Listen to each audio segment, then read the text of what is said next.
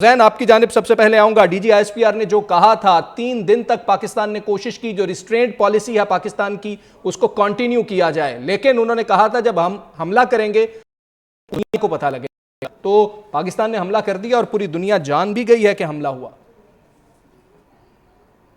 یہ ہم لوگ ابھی تک انڈیا کو دکھا رہے تھے کہ ہم دنیا کو بیسکلی دکھا رہے تھے کہ ہندوستان کی کیا اوقات ہے، اور ہم ابھی تک بڑا پولائٹلی بڑا کام رسپونڈ کر رہے تھے.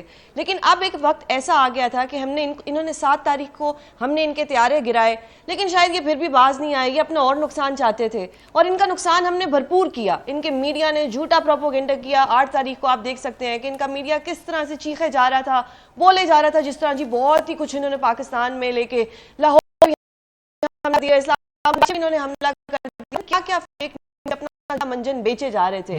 بٹ پاکستانی افواج نے ان کو یہ بتایا کہ جی آپ جھوٹ بولتے ہیں اور ہم جو کرتے ہیں وہ دنیا دیکھتی ہے. آپ دیکھیں کہ اب بدحواسی کا عالم یہ ہے کہ اب یہ خود منتیں ترلے کر رہے ہیں کہ جی آپ یہ جو سچویشن ہے اس کو کنٹرول کریں، اس کو مزید نہ بڑھائیں.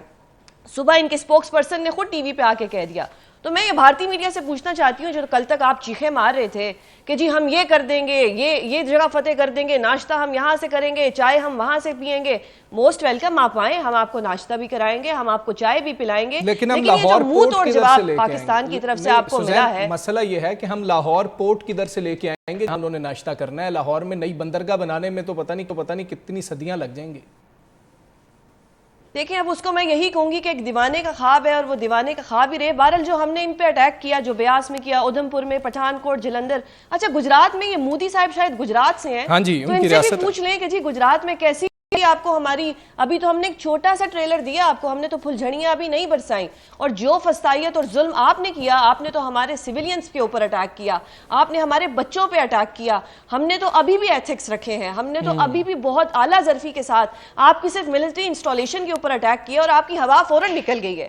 اب ہم کیا کہہ سکتے ہیں کہ آپ تو گھٹنے ٹیک گئے ہیں. کل تک تو آپ بڑی باتیں کرتے تھے، ہم یہ کر دیں گے وہ کر دیں گے، لیکن آج کیا ہوا؟ آج تو آپ معافی مانگنے پہ بھی آ گئے ہیں. اور جب امریکہ جو کل تک انٹروین نہیں کر رہا تھا کہ جی ان کا آپسی مسئلہ ہے، آج ان کی بھی کال آ گئی اور وہ بھی کہہ رہے ہیں کہ جی ہم ثالثی کا کردار ادا کرتے ہیں. تو یہ تو ماشاءاللہ سے ان کی بدحواسی کا عالم ہے کہ کس طرح سے ان کے اوسان خطا ہوئے ہیں. اور جو ان کا میڈیا کل تک جھوٹا پروپیگنڈا کرتا تھا، آج وہ چپ بیٹھا ہوا ہے. ان کے پاس کچھ ہے ہی نہیں کہنے کو کہ اتنی بری ڈیفیٹ ہوئی ہے.